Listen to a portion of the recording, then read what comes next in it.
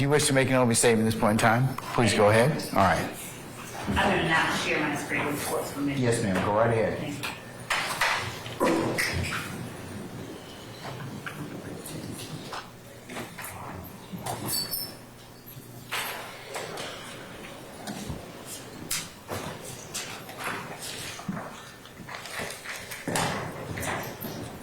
Now, this is the law of the jungle, as old and as true as the sky. And the wolf that shall keep it may prosper, but the wolf that shall break it must die. As the creeper that girdles the tree trunk, the law runneth forward and back. For the strength of the pack is the wolf, and the strength of the wolf is the pack.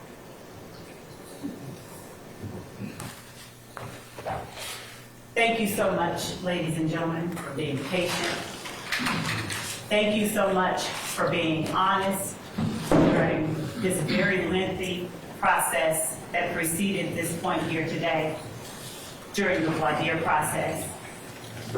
I appreciate you all being here, exercising your civic duty, and honoring your obligation to pay close attention to what's going on in this courtroom for the next several, however many weeks. Some people like to say that opening statements are a roadmap to what the trial will show. Instead, I'm going to give you an overview, a bird's eye view, because you're going to be sitting here with the evidence for the next several weeks at least. And you will be able to see what that evidence is. Nothing that I say to you during this part of the trial, and nothing any other attorney says to you during this part of the trial is evidence. But I can tell you what I expect the evidence to show. And what I expect the evidence to show in this case is that YSL, the group made up of the defendants sitting before you today, along with other both indicted and unindicted co-conspirators, YSL operated as a pack. The quote that I read to you earlier is from one of my favorite books as a kid, The Jungle Book. In case anybody recognized it, those were right out Kipling's words and not mine. But they are appropriate for where we are today. For 10 years and counting, the group calling itself Young Slimelife dominated the Cleveland Avenue community of Fulton County. They created a crater in the middle of Fulton County's Cleveland Avenue community that sucked in the youth, the innocence, and even the lives of some of its youngest members. Now, the evidence is going to show that this group started out as a group called Rock Crew. And Rock Crew stands for Raised on Cleveland. The evidence is going to show you that Rock Crew, in fact, is a criminal street gang. It's not the kind y'all are used to. If you're more familiar with the national gangs, such as the Bloods and the Crips that operate in LA or in Chicago. But make no mistake about it, Rock Crew is and was a gang. It consisted of 3 or more members with common identifiers, signs, colors, linguistic choices that committed crimes on behalf of and in furtherance of Rock Crew itself. That particular organization aligned itself under an umbrella of a larger, more traditional street gang called Sex, Money, Murder, Bloods. They adopted the nomenclature They would do things like replace C's in words with the letter B, because traditionally Crips and Bloods were not aligned with one another. So Cleveland Avenue became Believeland. Some of you may have indicated during voir dire you've heard or are familiar with the Cleveland Avenue area. Maybe you've even heard of Cleveland Avenue Day. The evidence will show that this is where that comes from. The evidence will also show that sometime in 2012 or thereabouts, an internal rift or divide occurred among the members of ROC crew. Now, the defendant, Jeffery Williams, seated back there yawning right now, he was an original member of ROC crew. And the kind of crimes that ROC crew did consisted of smash and grab burglaries, stealing ATM machines, things of that nature. When ROC crew split up, YSL, or Young Slime Life, was formed. And the defendant, Jeffery Williams, was its proclaimed leader. Young Slime Life came about and consisted of 3 or more people when it began. 3 or more people who were willing to and who did commit criminal street gang activity, that is crimes, that were intended to further the purposes and advance the directives of YSL itself. Now, there will be no evidence of a written contract or anything like that. You won't see bylaws of YSL, because this was a group of people associated in fact, who used common identifiers, common names, common colors, common symbols to communicate with one another and to express themselves to the rest of the world. So YSL, as the evidence will show, they didn't move individually. The members and associates of YSL, they moved like a pack, with the defendant Jeffery Williams as its head.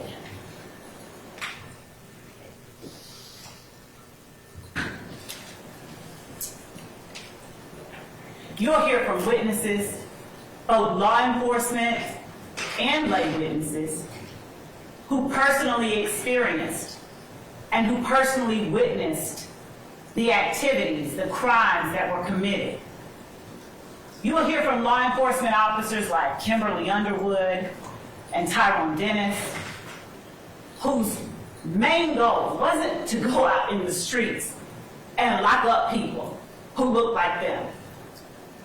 It was actually to touch souls in the streets, to touch young people, and to alert them of the dangers and the drawbacks of becoming a part of and becoming involved in gangs like YSL and ROC crew. You'll hear about conversations with educators. You'll hear from members and associates of the gang itself. Now, as to how those members and associates will respond or act once they're actually in court and on the stand, that's something that I am truthfully not able to predict to you fully. But the court has given you instructions on determining and judging the credibility of the witnesses. And I trust that all of you will in fact follow those instructions. The evidence will show that YSL checked all of the boxes for being a criminal street gang. As I stated earlier, they are 3 or more people associated in fact. Their members commit crimes on behalf of the gang. They commit crimes such as armed robbery, hijacking, motor vehicle theft, theft by receiving, stolen firearms, so many stolen firearms, possession of a machine gun, and narcotics sales, and last but certainly not least, murder. What you will not hear any evidence of is that the defendants were not involved in a criminal street gang. You will not hear any evidence that they did not commit crimes on behalf of YSL. And as I stated to you earlier, what I'm saying to you now, this is Let me object to that statement, please, as burden shifting. Object basis? Burden shifting, and under Parker versus the state at 277. Why don't we take that up and 39. I'll note your objection. I'm sustaining the objection. Why don't you rephrase, madam? yes, Your Honor. Just rephrase it. Ladies and gentlemen, I'm going to explain to you at the appropriate time, ladies and gentlemen, what the burden is in this case. Remember what I told you earlier? That the burden never shifts to the defendants to prove or certain innocence, they're presumed innocent. And it's only until you hear evidence that you decide is sufficient, and I'll instruct you on how you're supposed to do that at a later point in time, okay? All right. The evidence will show that YSL did not adhere and does not adhere to all of the customs of a traditional street gang. And the fact that YSL does not mirror all the customs of a criminal street gang, the evidence will show makes it no less a criminal street gang. The defendants on trial here today have, through their actions, displayed not only their allegiance, their alliance with one another and with the gang itself. Through their actions, they have displayed an unspoken agreement to participate in that gang through a pattern of illegal activities.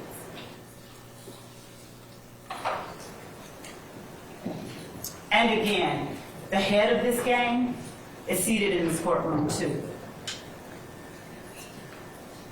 The last paragraph of that poem that I read or spoke to you earlier goes as follows. Because of his age and his cunning, because of his right. This is argument. This is not. What's your objection, Mr. Harvey? That it's argument. Okay, Mr. Harvey, hold on. Madam, it is argument at this point in time, so I'll sustain the objection, okay? Yes, sure. All right. The evidence will show that these defendants, that the members and associates of YSL, they knew who their leader was, and they knew the repercussions of not obeying their leader. You will hear evidence that when members and associates of YSL got in trouble, got locked up, the first person they called was either this defendant or one of his family members. Now, they didn't call him directly because he knew and they knew that he needed to have distance between himself and the crimes members and associates of YSL were committing on behalf of the gang. So they would reach out to his sister and have his sister reach out to somebody else and eventually get back to King Slime, as they called him. You will hear evidence that members of YSL committed armed robberies. You'll hear evidence that to slime someone is to do them dirty, and that sometimes members of YSL committed crimes against other family members of their fellow gang members. You'll hear evidence that when one of the associates or members of YSL did something to what Jeffery Williams had perhaps considered a friend, They were threatened with their very life. Tell them to get that stuff back or they will be killed. You'll hear evidence that YSL, they had opposition within the city of Atlanta and Fulton County. That there were other gangs that were at various points in time at odds and even at war with YSL. One of those gangs was known as the IF gang, IF, Inglewood Family. You will hear experts come in here and tell you more about how the Inglewood family Bloods in any way made its way down to Fulton County. You will also hear evidence about how one of the members, one of the beloved, of whom YSL considered an opposition group, was gunned down. Donovan Thomas on January the 1st, 2015. January the 10th, my apologies. 2015. Gunned down. Openly and notoriously. Because the evidence will show that part of the reasons that criminal street gangs operate the way that they do is to establish dominance and to establish control and to establish fear. You're going to hear that this gang stole at least 3 lives from this community over the last 10 years. At least 3 that are referenced in this indictment. You'll find that as a result of this gang's activities, a young woman who had nothing to do with either YSL or any of their opposition was gunned down by people trying to get back at YSL for what they did. You'll hear evidence that after the murder of Donovan Thomas, no less than 50 shootings occurred over the course of the next several months. You'll hear evidence that hundreds of bullets were fired into cars, into homes, and into people as a result of the rift young Limelight had with other people in the community. So what are they accused of and what are you here for today? The judge read the 4-hour-long indictment to you 12 months ago. He didn't read it to you again today, but he generally gave you what each defendant is being charged with and what the state has the burden of proving beyond a reasonable doubt as it relates to each defendant. But just to broadly touch on those, the crimes that the state is proving to you over the next several weeks include conspiracy to violate the Racketeer, Influence, and Corrupt Organizations Act. That is an absolute mouthful. So we'll just say RICO. There's no substantive allegation of RICO violations here. And by that I mean there's a difference. Here the state is alleging that these defendants, they had an agreement, unspoken, but no less an agreement, to obtain property, things of value, cell phones, cars, stolen guns, through a pattern of illegal activity. The evidence will show that it's sort of like if 2 people said, okay, you know what, we're gonna go toilet paper our dean of admissions house. And they sat there thinking and talking about it, and someone overheard them and went and reported them to the police. And the police came and said, okay, I'm gonna arrest you all for conspiracy, for planning to go and do this. The evidence will show that it's not enough that they were planning to do it. Somebody has to do at least one thing in order for those two people to be found guilty of conspiracy. So say one of you goes and says, let me go get the toilet paper now. Then y'all are in trouble. That's what we have here, and that's what the evidence is going to show. There was an agreement among the members of YSL to obtain property and things of value through a pattern of illegal activity. And it is their actions over the course of the last 10 years. It did not stop, by the way, in 2015. It didn't stop at all. It continued up through and even into 2023, after this case was indicted, as the evidence will show. But their actions are what the state will be looking to you to evaluate and determine. Does this action show that they are agreeing to participate in this organization, this enterprise, through racketeering activity? You'll see evidence, as I stated, of not just drug sales, trap houses, drug houses, whole houses out of which drug sales were conducted, where they held long-arm guns by the door, where they stood ready to act on command if either one of their number called.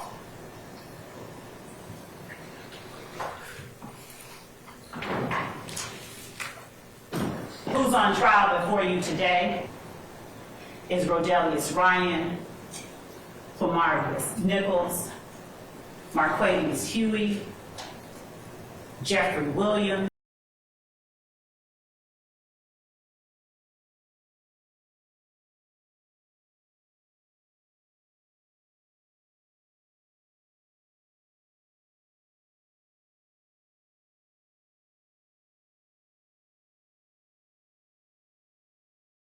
very much, and can stay awake with me for just a few moments more. So where we left off, the crimes that the defendants are accused of committing in this case. You're going to have the indictment with you. It's going to go back. A listing of them include the following: conspiracy to violate the Racketeer, Influenced, and Corrupt Organizations Act, murder, armed robbery, aggravated assault, possession of a firearm during the commission of a felony, possession of a firearm by a convicted felon, possession of a firearm by a first offender probationer, and death by receiving stolen firearms, among other things. This list is not exhaustive. You will have again with you the indictment, and you are to consider as the state met its burden. So breaking it down, the evidence is going to show that the defendants, when we say conspiracy, it's nothing elaborate. It's a legal term, which simply means the evidence is going to show that the defendants had an agreement. It will not be a written contract presented to you. There will not be a letter signed in blood by any of the defendants. But what you will see evidence of is the defendants' actions, their presence, their companionship, their conduct, before, during, and after a long list of crimes. And what you will see is that the defendants weren't always convicted of these crimes. Sometimes the state no-prossed or dismissed charges. Sometimes the police never brought formal charges. But what the evidence will show is that the defendants did commit those crimes. And when we're talking about a conspiracy, an agreement, just an agreement, unspoken agreement. We're gonna participate in YSL through a pattern of racketeering activity. That's another large word that is used in the legal community, but regular folks, myself included, just don't generally tend to use it. Racketeering activity is nothing more than certain crimes, the crimes that are listed out in the indictment. You will see that, and the court will instruct you, I expect, that those crimes constitute racketeering activity. And as I stated before you all broke for lunch, a conspiracy requires just one overt act. So you will see evidence of several overt acts. Several acts that were done by these defendants and by unnamed and unindicted people as well, to further the interests, to further the goal of the conspiracy that the defendants participated in. You will see overt acts meant to establish YSL's dominance and control. You will see overt acts meant to gain illegally access to money and wealth and property that did not belong to YSL. You will see overt acts, steps taken on the part of various individuals to act to protect the group as a whole. Steps that have nothing to do with a recording label. Steps that have nothing to do with an A&R executive. You will see steps that were taken solely for the purpose of illegally gaining goods for and on the behalf of YSL and its members. You will see steps taken by each of the defendants to protect the members of YSL, to establish the dominance and control of YSL. Nothing in what I expect the court will tell you, nothing in the evidence will suggest that any of the defendants had to be convicted of all of the overt acts in order for you to see that they actually had an agreement. The acts don't even have to be crimes, but they are. And that is how the state expects you will know that these defendants, they wanted to participate in this enterprise. They wanted to participate in this organization through these illegal acts. They wanted to obtain ill-gotten goods that they did not have a right to have through robbery, through stealing, through drug sales, and the like. So we'll start off by looking at the defendants. 6 of them are at the table, and 6 of them are here for you all to decide, has the state proven its case? Rodalius Ryan. Rodalius Ryan is one of those people whose youth and life was swallowed up in the crater created by YSL in the Cleveland Avenue community. The evidence is going to show that in 2019, Rodalius Ryan was 15 years old. And that in February of 2019, Rodalius Ryan used female acquaintances to lure Jamari Holmes to a particular address here in Fulton County. The female acquaintance lured Jamari Holmes to that address, telling Jamari that he would get sex and weed once they got there. Instead, when they got to the address, the female gets out of the car, and the defendant, Rodalius Ryan, and his accomplice, Damone Blaylock, also a YSL member and associate, they then came out to the car with guns.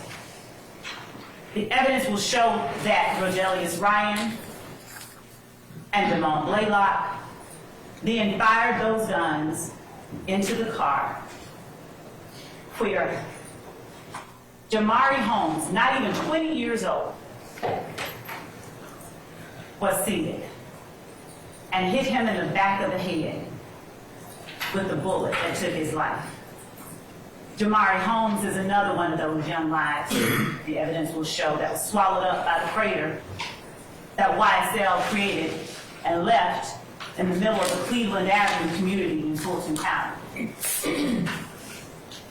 12 hours after shooting and killing 19-year-old Jamari Holmes, the evidence will show that Rodalius Ryan doesn't say, "I bet I make the news." Rodalius Ryan posts on his Instagram account, "I bet YSL makes the news."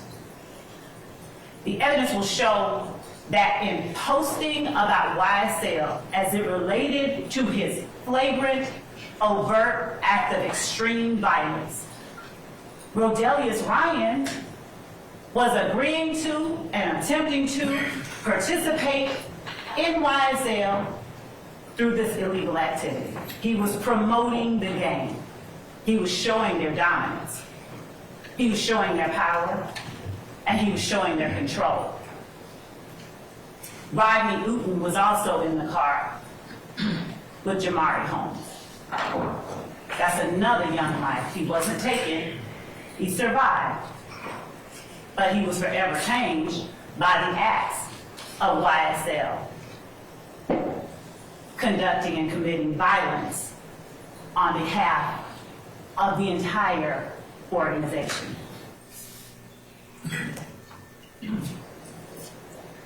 And in case it hasn't been lost on you, Rodalius Ryan's Instagram handle that he used, Slime Business Rod. Because as the evidence will show, slime is spoken and used to signify doing someone dirt. And Rodalius Ryan is proudly proclaiming his association with YSL as he talks about and as he promotes the gang itself. Rodalius Ryan's accomplice, another YSL member who's not here today, but who is a co-conspirator. What did he post after they killed Jamari Holmes? The evidence will show that Damone Blaylock didn't say friendship over females. He didn't say Blaylock over buddies. He said slime over sluts. Slime over sluts, while posting a YSL gang hand sign with the caption, slime over sluts, a green heart emoji, and a green snake emoji, which I expect the evidence will show are the common identifiers associated with YSL. They're the identifiers that they use to announce and project themselves to the rest of the world. And then, on February the 25th, 2019, Rodalius Ryan made another posting where he's flashing cash money on his Instagram page with the caption, "Fuck YFN." YFN being a rival criminal street gang. The evidence will show that none of this was a part of what anybody has to do to be a part of a record label. The evidence will show that these acts were done in furtherance of and to promote the goals of the enterprise, the criminal street gang that is Young Slime Life.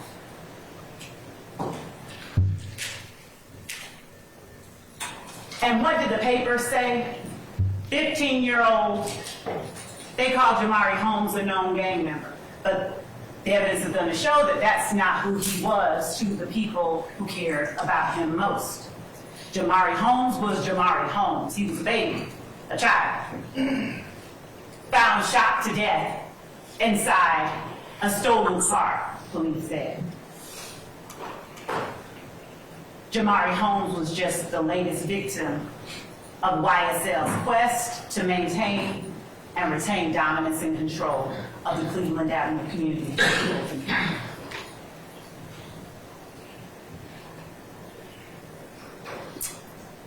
Again, Rodalius Ryan didn't post, "I bet I make the news."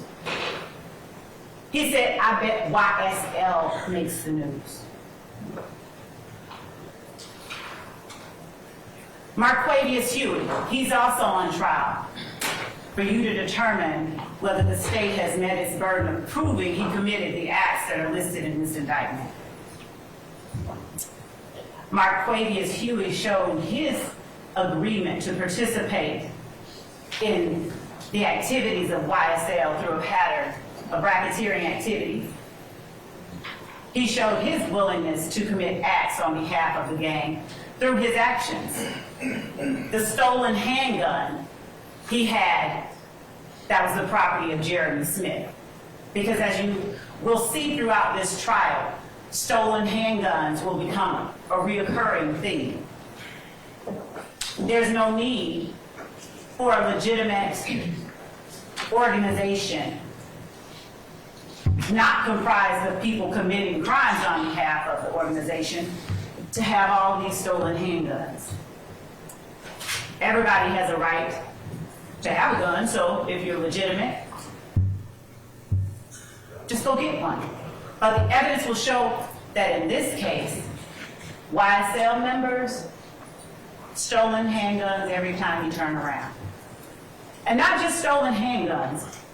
The evidence will show that most recently in May of 2022, where some of these defendants were found at the home of Jeffery Williams, their leader, it wasn't just stolen handguns that YSL dealt with. It was machine guns. You'll hear evidence that at the home of Jeffery Williams, in addition to the pharmacy full of drugs, that there is a gun with a switch that allows, with one trigger pull, 10 times more bullets to come out at a time than if you just had a regular gun. There will be no evidence to show any need for that in legitimate, ordinary, record deal making business. The evidence will show that the existence of those dangerous weapons like the machine gun, the stolen firearms, those things are all evidence of these defendants' conspiracy. Those things are all evidence of the existence of the enterprise known as YSL, whose goal it is to maintain and retain dominance, control, and ill-gotten gains. Marquavius Huey, on April the 26th of 2019, further showed by his actions, showed his agreement to participate in YSL through a pattern of racketeering activity, illegal activity. When he took the property, jewelry, money, and a debit card of Dewan Maynard by use of a firearm. Dewan Maynard, another life affected by this crater created by YSL in the middle of the Cleveland Avenue community. Marquavius Huey showed his agreement to participate in this enterprise when he struck Maynard in the face with that gun that he used to take Mr. Maynard's belongings. Marquavius Huey hijacked on October 1st of 2020 a Buick LaCrosse from yet another victim of YSL's violence, Gary Holloman, by force in violation of the law. Mr. Holloman has since passed away, not from that incident. So he won't be here to tell you what he was feeling and how he was able to tell the police who it was that committed this armed robbery. What you will hear evidence of is the extraction from Marquavius Huey's phone, where he's planning the armed robbery, where he set up with Mr. Holloman a ruse so that he could have the opportunity, along with another uncharged, unfound individual, so he could have the opportunity to put a gun in Mr. Holloman's face and rob him. What Marquavius Huey did was kind of slimy, the evidence will show. He told Mr. Holloman, hey, your nephew in the Fulton County Jail, Marquavius Mender, he needs some money on his books. So he wants me to meet with you to get money to put on his books. So Mr. Holloman, because he loves his nephew, and any friend of his nephew coming to him that way is legit, right?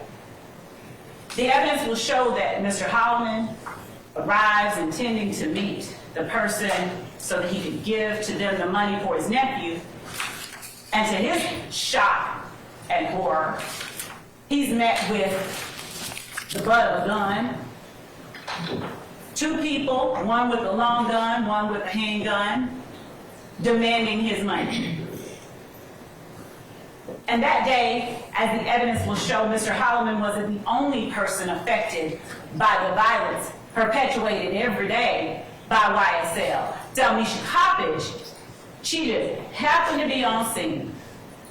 She just happened to be right there conversing with and talking to Mr. Holloman when the defendant and his accomplice came up, held him at gunpoint, and demanded their belongings. You'll hear how they directed Delmisha Coppage to just sit on the ground, just give me your stuff. You'll hear how they robbed Delmisha Coppage at gunpoint. The evidence is going to show Mr. Huey's tight relationship with their leader, Jeffery Williams.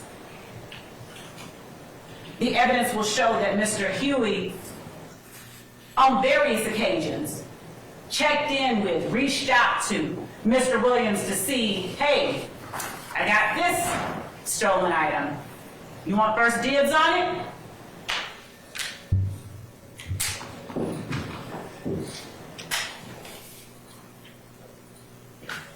Marquavius Huey's actions that betrayed his agreement to participate in the conspiracy didn't stop with Gary Holloman and Delmisha Coppage. The evidence will show that in November of 2020, he made terroristic threats towards Justice Woodard after Woodard told Mr. Huey she'd see him in court. He said, "You will die if you put the police on me."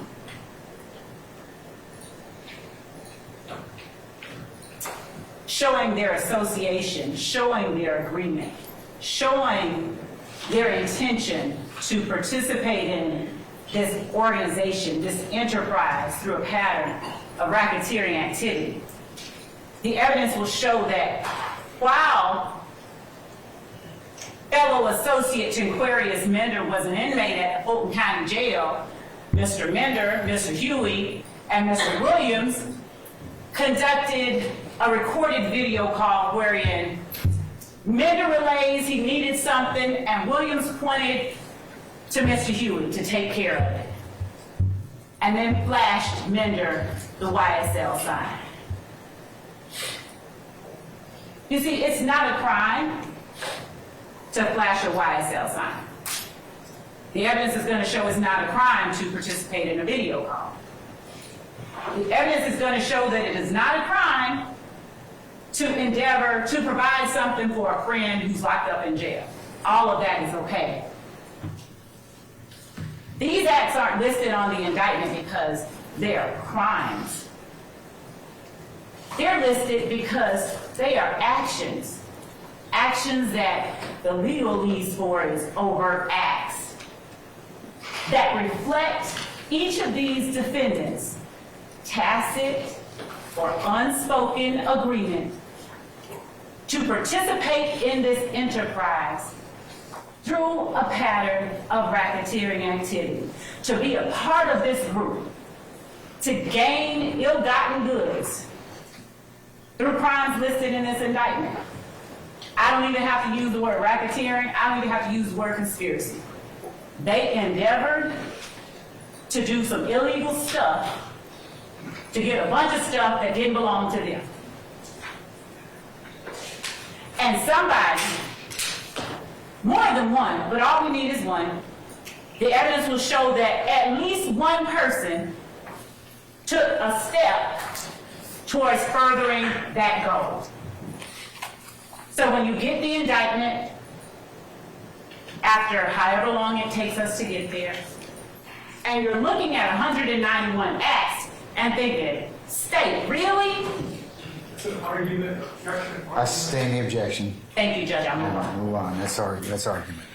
The evidence is going to show that these steps that they took are akin to you just going out and get some toilet paper to further a conspiracy to go TP a house.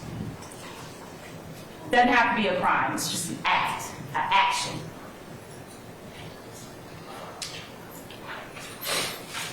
The evidence is going to show that the defendant Jeffery Williams' words and actions also betray his participation in the conspiracy. I expect that you will hear from a YSL associate and member at trial that the defendant Jeffery Williams rented a car, notwithstanding that Jeffery Williams had his own cars, but he rented a car which happened to be a silver Infiniti sedan that other YSL members, among them Demonte Kendrick and Shannon Stillwell, used when they openly and notoriously gunned down Donovan Thomas on January the 10th of 2015.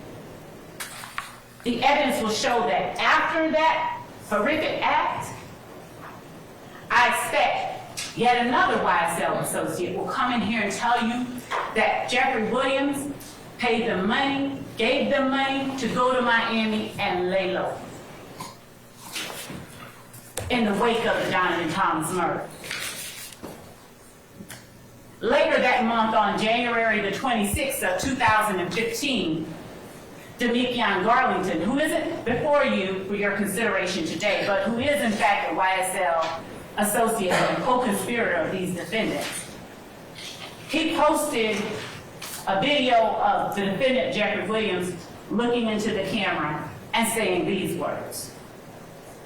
So, I think lie to their mama, lie to their kids, lie to their brothers and sisters, and then get right into the courtroom and tell the God's honest truth. Don't get it. Y'all need to get fucking killed, bro. That's from me and YSL. The defendant's words tell you that there is an enterprise. The defendant's words establish his willingness and agreement to participate in this enterprise through illegal activities. He didn't say that's for me. He said that's for me and YSL. And as the evidence will show, that's akin to him saying that's for me and my pack.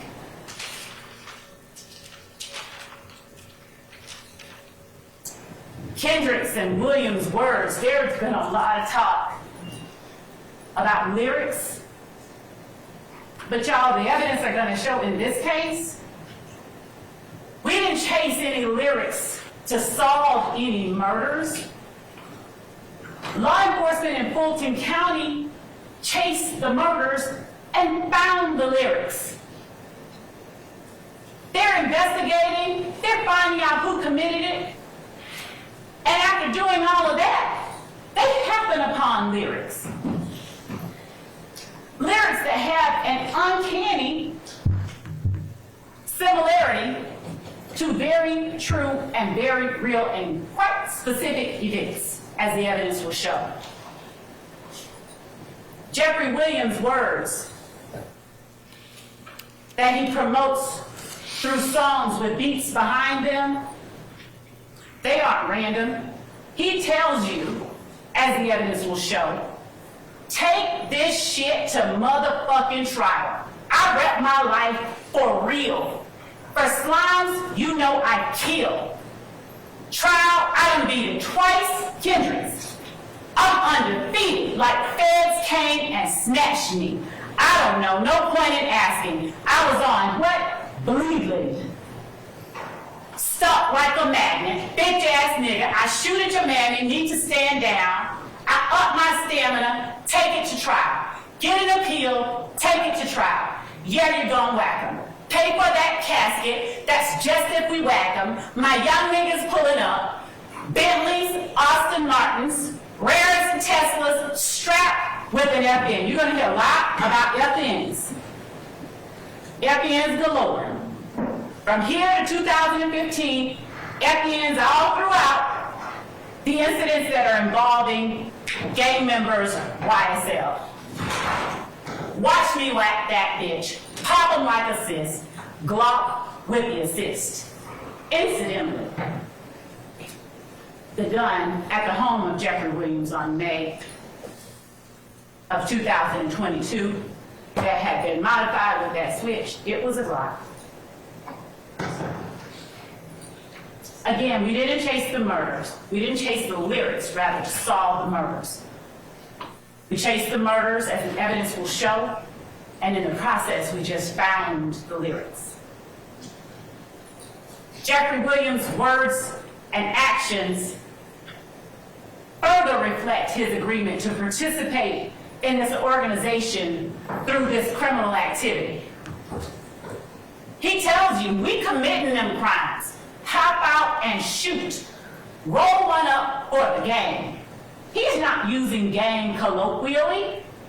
The evidence will show he's telling you they are a gang. You want to be slime? Children of Fulton County, go catch you a body. Me and little bro. Object to that.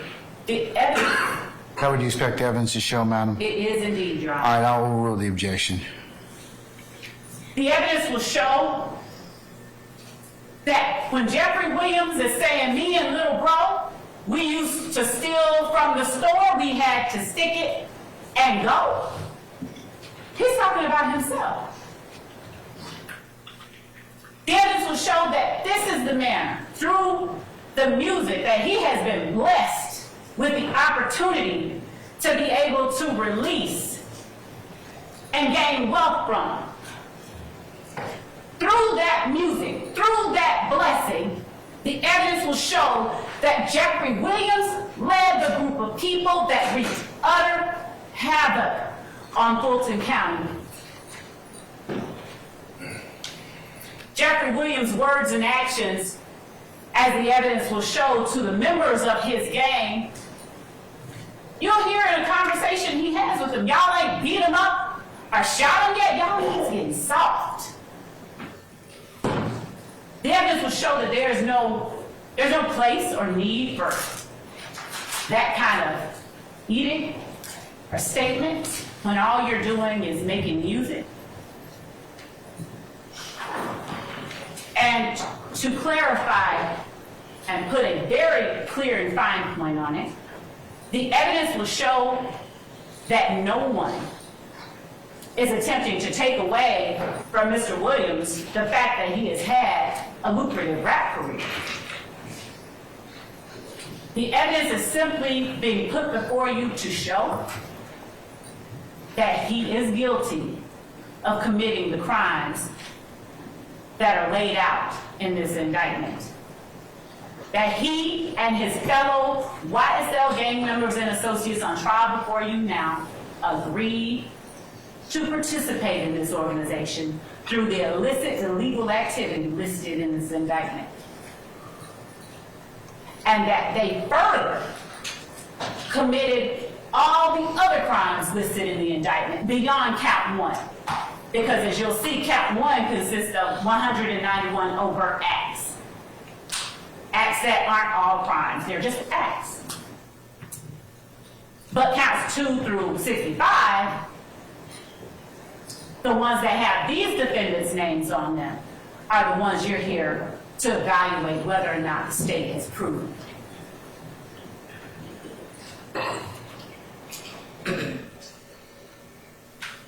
Actions and words, words and actions. The evidence will show that this was Donovan Thomas in life, that on January 10th at 2:15, about 7 o'clock in the evening, Donovan Thomas was living his best life. He was up at the barber shop at 330 McDaniel Street. He had paid for a bunch of people, a bunch of kids to get their hair cut, and you'll see that he is out there enjoying himself. The last actions that he took while he was fully alive and healthy, joking with his friends. You'll see that they didn't even see it coming. You'll see evidence that Donovan Thomas was literally in the middle of lapping it up with his friends when a car drives by and opens fire on him and whoever else might have been in close proximity to him. The evidence will show that this act wasn't done secretly, it was done openly, notoriously, almost as if to send a message. We did it. The evidence will show everybody knew who did it, because it wasn't done secretly. The evidence will show that this act didn't happen in a vacuum. There were things that led up to it. An argument at Club Crucial, or Club Brucial, as my defendants may like to say, that involved a YSL associate by the name of Kenneth Copeland and a member of a rival gang. Kenneth Copeland gets jumped. He's flashing money because that's what they do. It's ladies' fight night and they're out there flashing money. Kenneth Copeland gets jumped. Diamante Kendrick jumps into action, goes to Kenneth Copeland's defense, punches out a member of the opposition, and then shots are fired. Shell casings. Shell casings are all throughout the evidence that you'll see and hear in this case. Remnants of the violence inflicted on this county by YSL and its actions. Shell casings are fired in between January the 6th and 7th of 2015 and January the 10th. Other incidents take place and they lead to the ultimate gunning down of Donovan Thomas. As the evidence will show, in the ensuing months, there were series of shootings and retaliatory shootings. Most notably, the mother of rapper Rayshawn Bennett gets shot. Her house is shot up twice. She gets shot one time. And the evidence will show that there is not always cooperation, because there is a code that people adhere to when this type of violence is surrounding them. No snitching. So the evidence will show that even as people were getting shot, even as people were bleeding, even as people were being taken to the hospital to have their wounds attended to, They weren't always forthcoming. They weren't always willing to talk to and to trust law enforcement, not even if it would serve their own purposes. The evidence will show that members of YSL ultimately, as a result of those shootings and retaliatory shootings, ballistics or firearms matches started coming back to various people. And then one YSL member, Quindaria Zachary, he gets caught with a gun. The shell casings from that gun go to match some of these shootings. Quindaria Zachary is caught. He starts telling. The evidence will show that Quindaria Zachary was a straw purchaser for YSL. A straw purchaser is nothing more than somebody who goes and gets guns for somebody who's not supposed to have them. And that's what Quindaria Zachary did.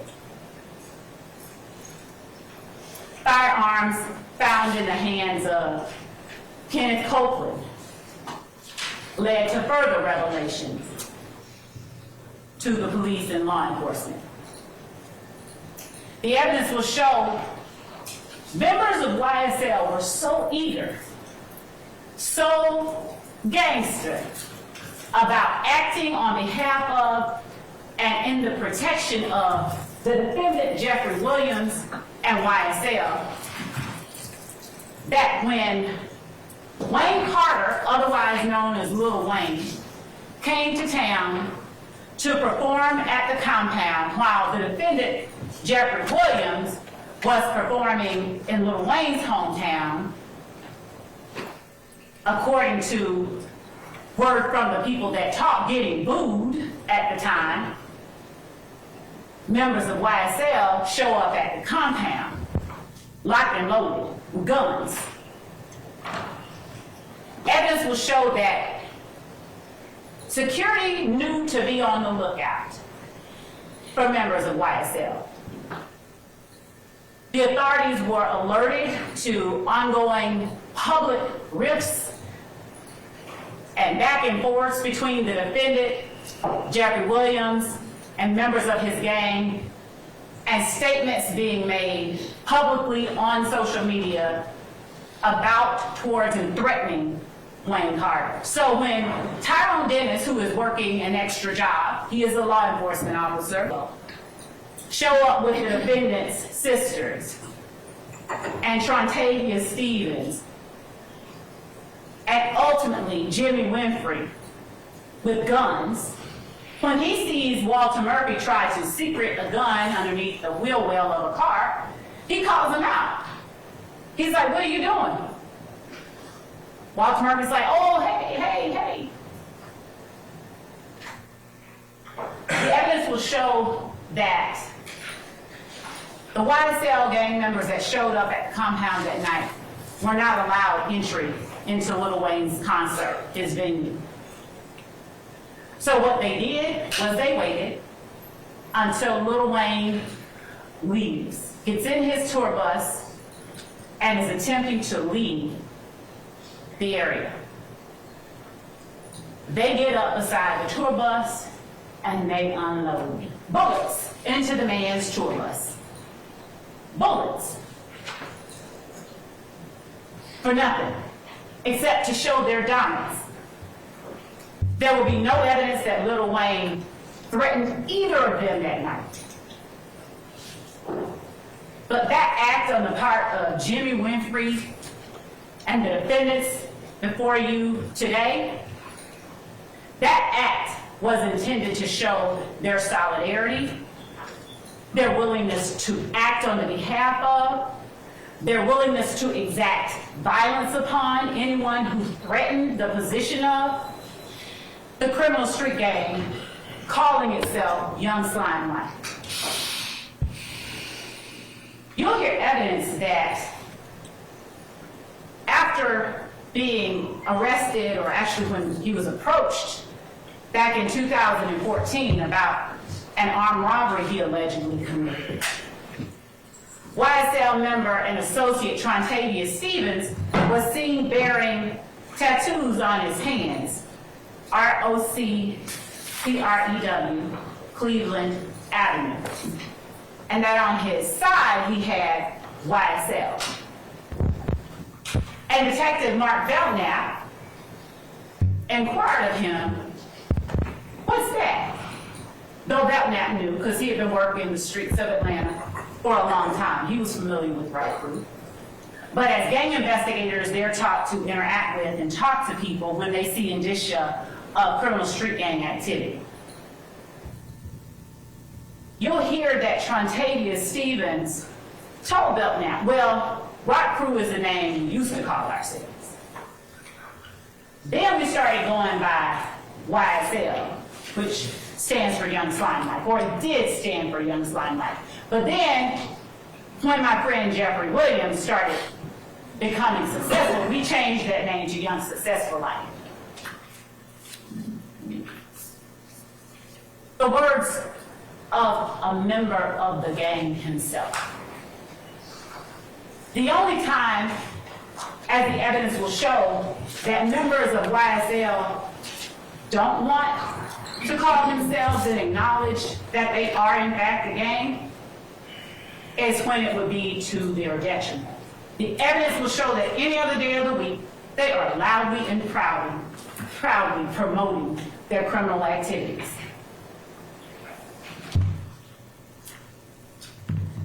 Donovan Thomas, he was driving this Chevrolet Tahoe the night he was gunned down. The evidence will show that this location here is the barbershop right up from the Texaco at the corner of McDaniel and Northside Drive in Atlanta, Fulton County. We asked you during voir dire, you heard us say, how many of you are familiar with this area? This is that area.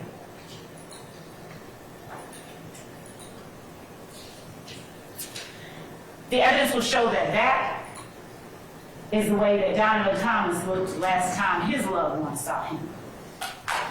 That his life was swallowed up in that crater created by YSL in the Cleveland Avenue community. And the words that they found while looking into this murder, spoken by members of YSL. We don't speak about shit on wax, but indeed they do, as the evidence will show. They just kind of thinly veil it. We are known to kill the biggest cats of all kitties. Donovan Thomas in the community, he was a big homie. He was a friend to a lot of people. He was a big deal. And it touched a lot of people, as the evidence will show, when his life was taken. The words that were spoken, we known to kill the biggest cats of all kitties. How coincidental that Donovan Thomas was gunned down. And these were the words later spoken by members of YSL.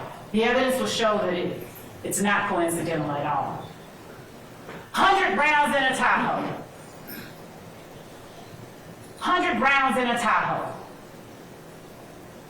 The evidence will show that the lyrics released by YSL members, the lyrics they chose to speak, they bore a very eerie significance to real life. 100 rounds in a Tahoe.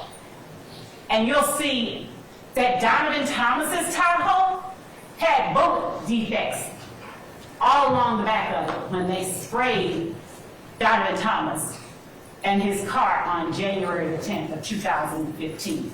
This that slime shit, killing 12 shit. The evidence will show that 12 is the word that is commonly used to denote law enforcement.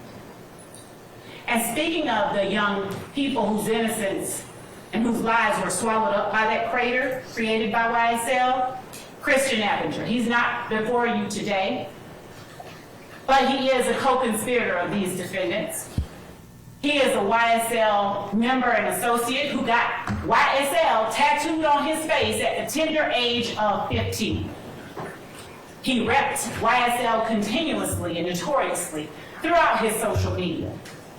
The evidence will show that at the age of 16, he, along with an accomplice, robbed a young woman by the name of Taradia Hill at gunpoint in front of her child.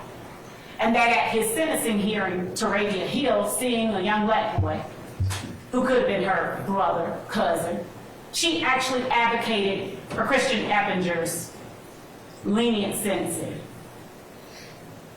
So Christian Eppinger, he wasn't sentenced on what he was originally charged with. With the acquiescence of the victim, Christian Eppinger received a lesser sentence. He went to prison for a short time, and within less than a year, he committed an armed robbery. And when law enforcement officers are out there looking for Christian Eppinger, who incidentally constantly posted on social media with the guns and his gang signs and the green emojis with the gun pointing to the camera or to some other emoji talking about how he reps hard for YSL. When law enforcement officers, specifically a law enforcement officer just 30 years old by the name of Officer Rogers, when they go to apprehend Christian Eppinger on this armed robbery he committed after being released from prison, having robbed Taradia Hill, they do everything they can to take him in without causing any harm to Christian Eppinger. But you will see that while he's being taken into custody, what Christian Eppinger does, he takes the firearm of this young officer. He pulls it out of the holster and he fires, putting 7 bullets in Officer Rogers. The evidence will show leaving a law enforcement officer with PTSD after he has tried to humanely apprehend a member of YSL. The evidence will show that this person depicted here is Marquavius Huey, also an associate, but perhaps more importantly, the brother of the defendant, Jeffery Williams. Christian Eppinger was so deeply entrenched, ingrained with, loyal to YSL, he's even posting free bitch as Marquavius Huey served a sentence for murder. Who said they want smoke? Christian Eppinger, as he's calling himself YSL Briss. Note that Chris does not start with the letter B, but it does when you're associating yourself with a criminal street gang who aligns itself with the Bloods. And that's the tattoo that Christian Eppinger on the side of his face proudly publicized on June 27, 2015. He wasn't even 16 yet. New ink with the green snake emoji and a red heart.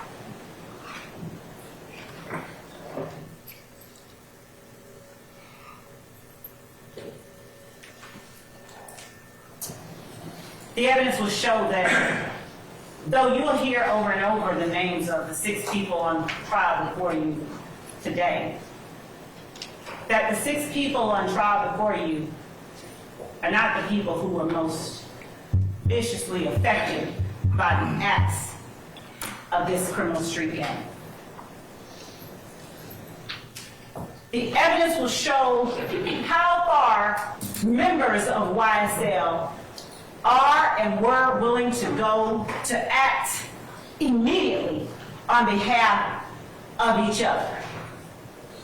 Dexter Montgomery, minding his business, happened to drive in just a little too closely behind another YSL associate, who then phoned up the gang who was posted up at the trap house. And in minutes, 2 more YSL associates showed up with a long gun and handguns. Dexter Montgomery had no idea he was about to lose half of his head that day. As Dexter Montgomery left the gas station, 2 YSL associates followed behind him. And as he stopped at a red light, they opened fire. Miraculously, the evidence will show that Dexter Montgomery survived, but literally half of his head is gone. You'll hear from and see Dexter Montgomery during the course of this trial. The evidence will show that after that happened,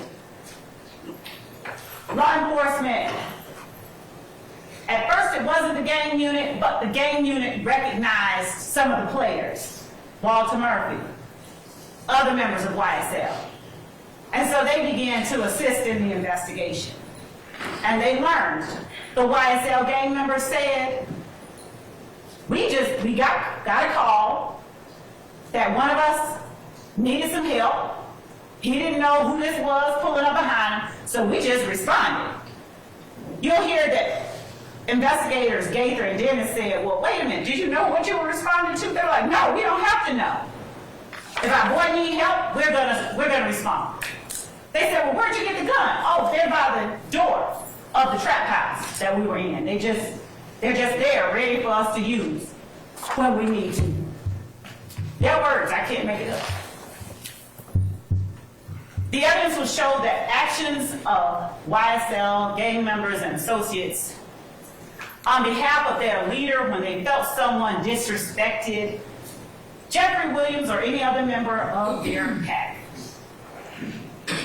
they made threats.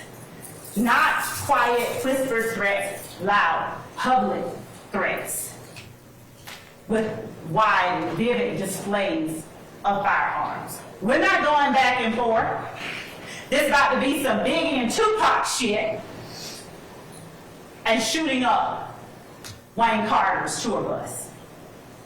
The evidence will show that all of those actions, they're not elements of the offenses that are charged in the indictment. We don't have to show those things in order for you to find them guilty, but the evidence will show that those things prove the existence of the conspiracy, of the agreement itself. The agreement on the part of these defendants and other charged and uncharged co-conspirators to be a part of this organization known as Young Slime Life through a pattern of this illegal activity outlined in the indictment.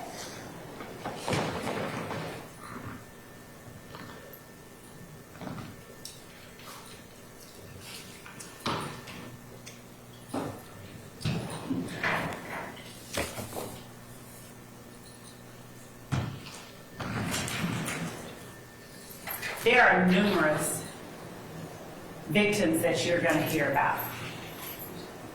Shannon Stillwell is another defendant who is before you, being accused of various crimes in this indictment.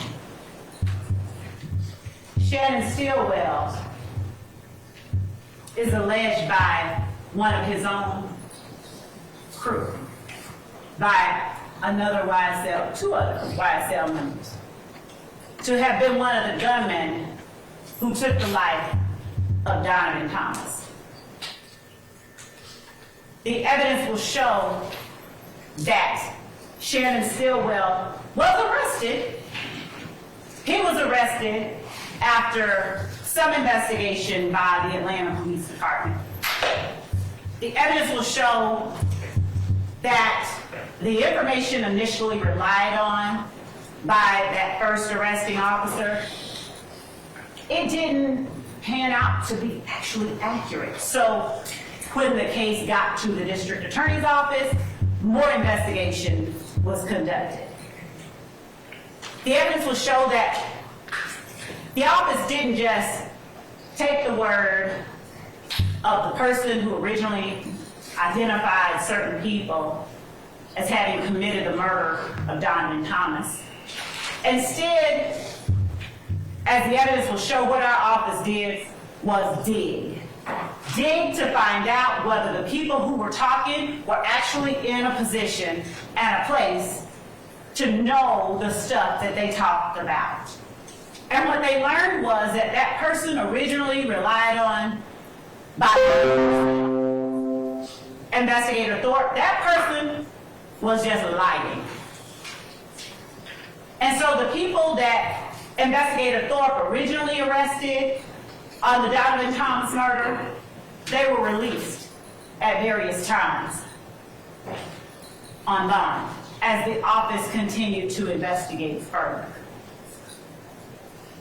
The evidence will show that our office did not just stop at the word of one YSL member. The evidence will show that yet another accomplice corroborated the words of the first YSL member that talked. The evidence will show that cell phone records further corroborated the information law enforcement was getting from these people. And ultimately, Shannon Stillwell, Demonte Kendrick, Justin Cobb, Javoris Bradford, they were all indicted in this particular instrument that you'll have for your consideration. But the only two people who are in front of you for you now to determine whether or not the state has met his burden are Demonte Kendrick and Shannon Stillwell as it relates to Donovan Thomas's murder. However, between the time that this indictment came down and the time that our office decided, no, we need to look into this investigation some more, Shannon Stillwell was released from jail. But he had to wear an ankle monitor as a condition of his bond. The evidence will show that during the time in 2015, after a lot of arrests were made following the murder of Donovan Thomas, that the violence in Fulton County, the gun violence that had continued over the course of that year, it kind of subsided a little bit. Basis. Argument. I sustain the objection. Yes, Your Honor. The evidence will show that around 2019, 2020, law enforcement investigators, they started noticing some activity on the part of gang members. They started paying particular attention. One of those investigators was Investigator Marissa Vivarito. You'll see and hear from Investigator Vivarito, and you'll learn that one of her jobs as a law enforcement officer, one of her background experiences was that she was a probation officer, so she had a lot of information about a lot of YSL gang members. You'll hear that initially, after Shamel Drinks was gunned down, Detective Hogan with the Atlanta Police Department, he didn't have any leads. As a matter of fact, he came back to the precinct lamenting the fact that he had no leads on this homicide that just occurred at Windsor and the I-20 entrance ramp. Young man killed, gunned down inside his car. When Investigator Vivarito began talking to Detective Hogan, she saw that Detective Hogan did have some footage from the gas station right up from that location. And that Investigator Hogan was looking to find the people in the gas station because that gas station was the last place that Shamel Drinks was seen alive. One of the people in the surveillance footage was wearing a very distinct hoodie, and coat. And as it would happen, Investigator Vigarito had hours earlier been at a Waters Road location, one of YSL's hangouts, as the evidence will show a place from which they conducted transactions, and that the Waters Road address had been shot up, and Investigator Vigarito happened upon Shannon Stillwell and other members of YSL in the same outfit he was seen in the surveillance video on at the time Shamel Drinks was inside the gas station. The evidence will show that further investigation revealed that Shannon Stillwell was wearing an ankle monitor at the time that Shamel Drinks was gunned down. And that ankle monitor put him right there at the place that Shamel Drinks took his last breath. The evidence will show that in this murder, much like in the Donovan Thomas murder, there was a rental car involved. A rental car which these defendants had gone and gotten the windows blacked out, tinted on, earlier the day that Shamel Drinks was gunned down. Tinted the windows of a rental car. The evidence will show that it was to evade being seen by the opposition. The evidence will show that as a result of all of this violence and activity, during the midst of it all, Investigator Vigarito had secured a wiretap for Demekion Darlington, YSL gang member and associate. She was able to listen and detect hours of the goings-on of the enterprise.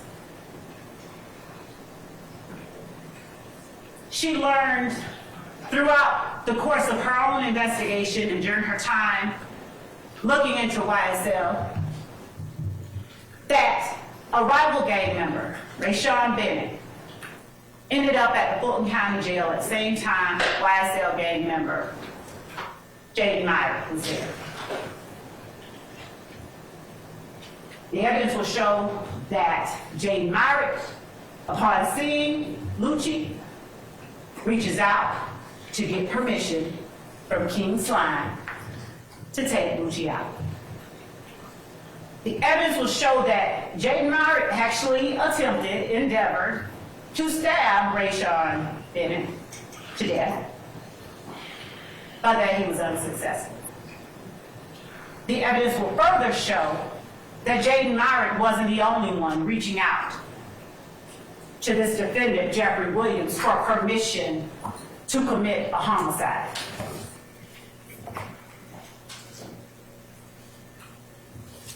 Looking at Shannon Stillwell's words along with his actions, happening upon the lyrics while trying to solve the murder, the evidence will show that law enforcement found one nugget spoken by Shannon Stillwell. "I just beat a murder rap. Paid my lawyer $30 for that."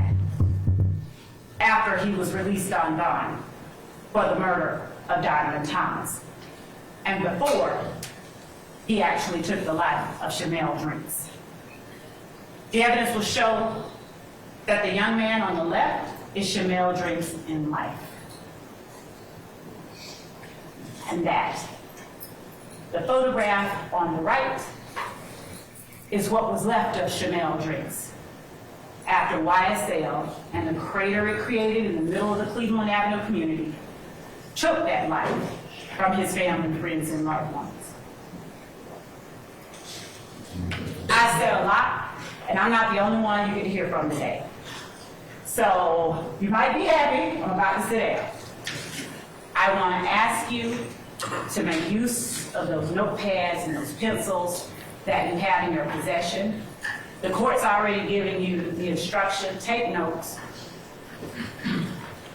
Rely on your memory.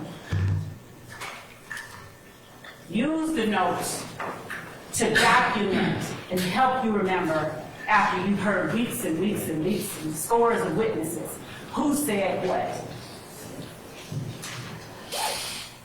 I expect that as you listen to and evaluate witnesses who come in to testify, there will be witnesses who you discover changed their stories from the time they first made a statement to the time they actually had to appear here in court, in public, and tell them folks. I expect that the evidence will show that there are some witnesses you will assess are just scared. Some are embarrassed, some are intimidated, some don't want to remember, some just plain don't remember. The court alone gives you the law on how to deal with and how to assess those witnesses. I only ask that you follow closely the instructions that the court gives to you. Look at who the witnesses are. Look at who they look at while they're on the stand, who they don't look at or won't look at while on the stand. Look at how they answer questions posed to them from the state versus questions posed to them from the defense. And if the occasion arises that you find that a witness, as presented in court, says something different than what they said previously, you determine why it is you believe that they said something different once they got in court. Words and actions. The defendant's actions coupled with their words. They prove the existence of the enterprise. Their actions and their words, the evidence will show, proves their agreement to participate in this enterprise through these illegal activities outlined in the indictment. Preserving, protecting, enhancing the reputation, power, and territory of the enterprise through acts including murder, assault, and threats of violence are what the evidence will show these defendants did over the last 10 years. The evidence will show that the violence didn't stop in 2015. Preserving, protecting, and enhancing the reputation, power, territory of the enterprise by the posting of messages, images, videos, and songs demonstrating their allegiance to the enterprise and a willingness to engage in violence on its behalf are what you'll see evidence of over the course of the next several weeks. Maintaining armed individuals, ready and willing to preserve, protect, and enhance the reputation, power, and territory of the enterprise through the use of violence is what the witnesses and the evidence you will see proves to you. Obtaining money and other property through illegal activities like robbery, theft, and illegal drug sales and distribution. And obstructing law enforcement, killing 12 shifts. Investigations and court proceedings through witness intimidation and attacks upon law enforcement officers. You'll see it for yourself. The children whose innocence this organization claimed as its own. And in the end, the evidence is going to show you that YSL is a RICO enterprise, nothing fancy about it. The evidence is going to show you that it's also a criminal street gang. Those two are not mutually exclusive. That these defendants participated in this enterprise in a way that had nothing at all to do with the record label, except maybe their actions as reflected in their songs made their music more real and perhaps more appealable to somebody. The evidence will show that the defendants, they talk about YSL while they talk about the crimes they committed. And while they talk about the crimes they're going to commit, you'll see that this evidence proves that YSL is a criminal organization. The defendants have been associating together for many years, committing crimes together against the general public, against rival gang members, as the evidence will show, against law enforcement, and against each other. The evidence will show they agreed, they willingly participated in these activities.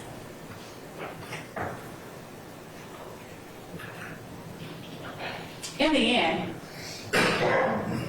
the court has told you and will tell you again that you are to evaluate the evidence and apply that the law the court gives to you to that evidence and render a verdict that speaks the truth.